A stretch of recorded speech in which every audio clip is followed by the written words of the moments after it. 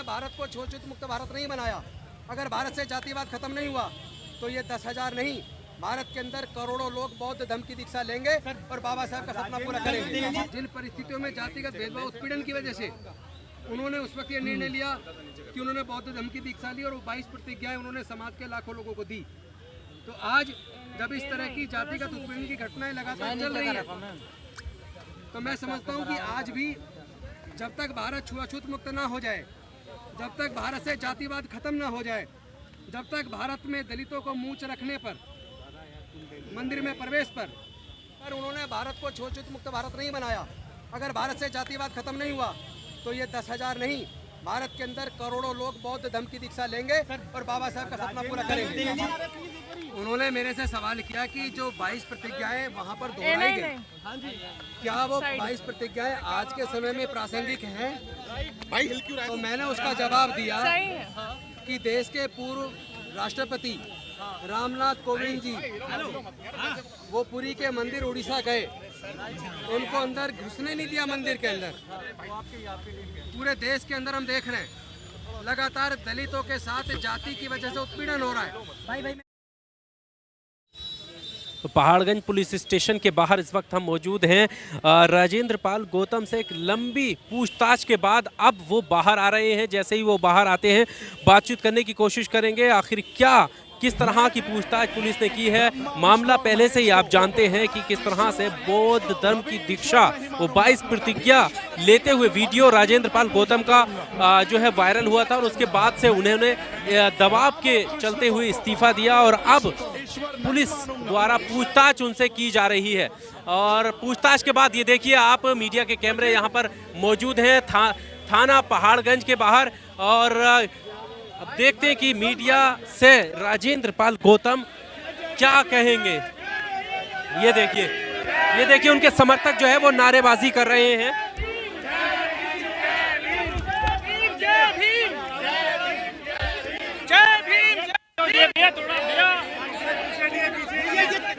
ये राजेंद्र पाल गौतम बाहर निकलते हुए लंबी पूछताछ के बाद थोड़ा आगे होता जाइए, जाने का रास्ता दीजिए क्या?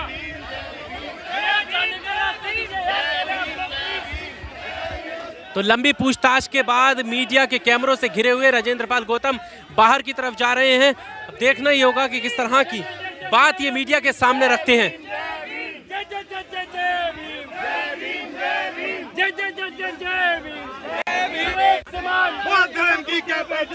ये देखिए बौद्ध धर्म की नारेबाजी यहाँ पर हो रही है। मानव मानव एक समान। एक मिनट स्पीच देने दीजिए सर, थोड़ी स्पीच देने दीजिए सर को। अगर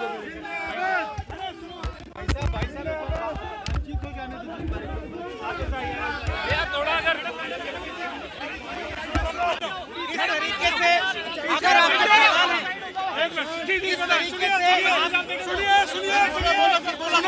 सुनो आज जो है मंत्री जी को बुलाया गया, उनसे पूछताछ की गई और जो बड़े नेताओं के इशारे पर आज मंत्री जी को बुलाया गया है जिसमें उन्होंने हमसे कुछ सवाल पूछे हैं। उन सवालों का जो जवाब दिया गया है वो जवाब आपको मंत्री जी देंगे। मंत्री जी बताएं कि जो हमारा जो जवाब था आप वो बताएं। उन्होंने मेरे से सवाल किया कि जो 22 प्रतिज्ञाएं वहाँ पर दोहराई गई, क्या वो 22 प्रतिज्ञाएं आज के समय में प्रासंगिक हैं? तो मैंने उसका जवाब दिया कि देश के पूर्व राष्ट्रपति रामनाथ कोविंद जी वो पुरी के मंदिर उड़ीसा गए, उनको अंदर घुसने नहीं दिया मंदिर के अंदर। और मैंने दूसरा जवाब दिया, मत करो यार, खैरलांजी कांड हुआ महाराष्ट्र के अंदर, कुमेर कांड हुआ राजस्थान के अंदर, जितेंद्र मेघवाल का मुंह रखने पर हत्या हुई और इसके साथ साथ इंद्र मेघवाल की घड़ा छूने पर हत्या हुई, हाथरस की बेटी के साथ बलात्कार करके उसकी हत्या हुई और अभी लखीमपुर खीरी में 2 बहनों का सामूहिक बलात्कार करके उनको फांसी पे लटकाया गया। मध्य प्रदेश के अंदर होली के दिन होलिका का पूजा करने पर दलित महिला को होलिका में जला दिया गया। कर्नाटक के अंदर मंदिर की मूर्ति छूने पर दलित समाज के एक परिवार के ऊपर 60,000 रुपए का जुर्माना लगाया गया। और इसके साथ साथ पूरे देश के अंदर हम देख रहे हैं लगातार दलितों के साथ जाति की वजह से उत्पीड़न हो रहा है। एक IPS ऑफिसर जिनकी पत्नी IFS ऑफिसर है, उनकी शादी थी तो पूरे गांव में उनकी धमकी दी गई राजस्थान के अंदर, अगर घोड़ी पे बारात निकालोगे तो तुम्हें हम जिंदा नहीं छोड़ेंगे। मजबूरी में उस IPS ऑफिसर को, चूंकि वो IPS थे, उन्होंने अपने उच्च अधिकारियों से बात की तो राजस्थान के उस गांव को छावनी में तब्दील किया। अगर भारत के अंदर एक IPS ऑफिसर जिनकी पत्नी IFS ऑफिसर है, उनको अपनी बारात घोड़ी पर निकालने के लिए इतनी धमकी दी जा रही है और उसको पुलिस की इतनी बड़ी मदद देनी पड़ती है, गाँव को छावनी बनाना पड़ता है। तो मेरा ये मानना है कि जिस तरह जो परिस्थितियाँ डॉक्टर बाबा साहेब अम्बेडकर के सामने उस वक्त थी, जिन परिस्थितियों में जातिगत भेदभाव उत्पीड़न की वजह से उन्होंने उस वक्त ये निर्णय लिया कि उन्होंने बौद्ध धर्म की दीक्षा ली और वो 22 प्रतिज्ञाएं उन्होंने समाज के लाखों लोगों को दी। तो आज जब इस तरह की जातिगत उत्पीड़न की घटनाएं लगातार चल रही है, तो मैं समझता हूँ कि आज भी जब तक भारत छुआछूत मुक्त ना हो जाए, जब तक भारत से जातिवाद खत्म ना हो जाए, जब तक भारत में दलितों को मूंछ रखने पर, मंदिर में प्रवेश पर, मूर्ति छू लेने पर, क्योंकि अभी उत्तर प्रदेश के अंदर भगवान की मूर्ति छू लेने पर एक दलित समाज के व्यक्ति की हत्या कर दी, तो जब तक ये जातिगत उत्पीड़न खत्म नहीं हो जाता, जब तक ये छुआछूत मुक्त भारत नहीं बन जाता, मुझे लगता है तब तक वही परिस्थितियाँ आज भी मौजूद हैं और वही 22 प्रतिज्ञाओं का महत्व आज भी उतना ही है जितना उस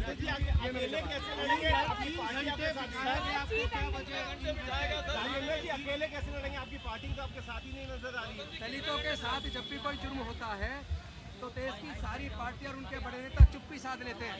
दलितों को अपनी लड़ाई खुद लड़नी पड़ती है और हम लड़ेंगे, हम डरने वाले लोग नहीं हैं। क्या आम आदमी पार्टी पुलिस की तरफ से मेरे खून में गद्दारी नहीं है, मैं गद्दारी नहीं कर सकता, लेकिन अगर मेरे साथ होने वाले जुल्म पर इस तरह की राजनीति चलेगी तो मैं अपने समाज से चर्चा करके भविष्य के लिए निर्णय लेने के स्वतंत्र हूँ। लेकिन आम आदमी पार्टी गद्दारी की असर एक तरीके से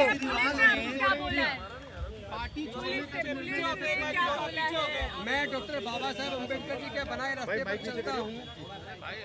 मैं समता सैनिक दल का जवान हूँ। मैं भारतीय बौद्ध महासभा मिशन जय भीम का एक सच्चा कार्यकर्ता होने के नाते, एक कट्टर अम्बेडकरवादी होने के नाते, और चूंकि मुझे भारत के संविधान जो डॉक्टर बाबा साहेब अम्बेडकर जी ने बनाया उसमें मेरी गहरी आस्था है, इसलिए मैं किसी भी प्रकार का गैर कानूनी असंवैधानिक काम नहीं करता हूं।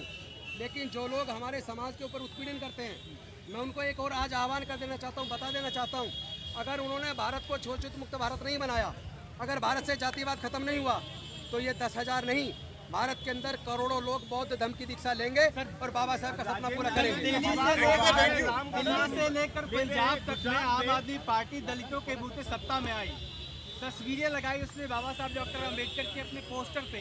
तो क्या इस पूरी घटना ने आम आदमी पार्टी को एक्सपोज कर दिया है कि वह सिर्फ बाबा साहब की तस्वीर लगा के दलितों का वोट ले रही है, और जब एक बाबा साहब की बात करने वाला व्यक्ति, उसका मंत्री जब मुसीबत में है किसी ना किसी तरीके से, तो पल्ला झाड़ लिया, उसने एक्सपोज हो गई पार्टी।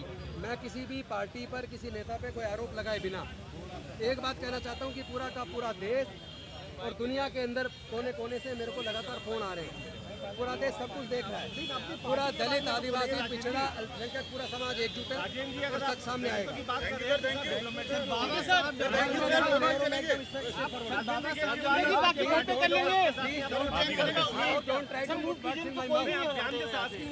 मैं एक वकील हूँ और मैं जवाब दूंगा। मेरे समाज के लोग तय करेंगे। गाड़ी में खड़ी अंदर है ना। सर बाकी आवाज पे सर आपका स्टेटमेंट आया कि आप बाबा साहब अम्बेडकर को चुनूंगा, के रास्ते पे चलूंगा, चाहे इसमें मेरी जान क्यों न चली जाए। मैं हर प्रकार के सेक्रीफाइस के लिए तैयार हूँ और मैं पैसे से वकील हूँ, मैं बेरोजगार नहीं हूँ, मेरा कोई रोजगार नहीं छिन जाएगा। आप इस्तीफा देंगे क्या? किस चीज से? आम आदमी पार्टी से, क्योंकि पार्टी खड़ी नहीं है। मैं एक MLA हूँ, मैं क्यों इस्तीफा दूंगा? मैं जनता ने जिताया, मैं जनता को धोखा नहीं दे सकता, जनता के मुद्दे उठाऊंगा मैं। सर आपने ये क्यों नहीं वेट किया कि आपको? मेरे साथ मेरा समाज है, मुझे किसी की जरूरत नहीं है। पार्टी छोड़ देंगे अगर न्यायोचित तरीके से मेरे साथ लोग खड़े नहीं है लेकिन मेरा समाज खड़ा है। मैं बहुत मजबूत आदमी हूँ, डरने वाला आदमी नहीं हूँ। लोग अपना आप दिशा तय कर लें अपनी। आपने इस्तीफा खुद से दिया कि पार्टी ने कहा आपसे? नहीं, मुझे उस वक्त लगा कि जिस तरह बीजेपी बदनाम कर रही है अरविंद केजरीवाल को और पार्टी को, मुझे उचित नहीं लगा। और जिस तरह इसलिए मैंने निर्णय लिया।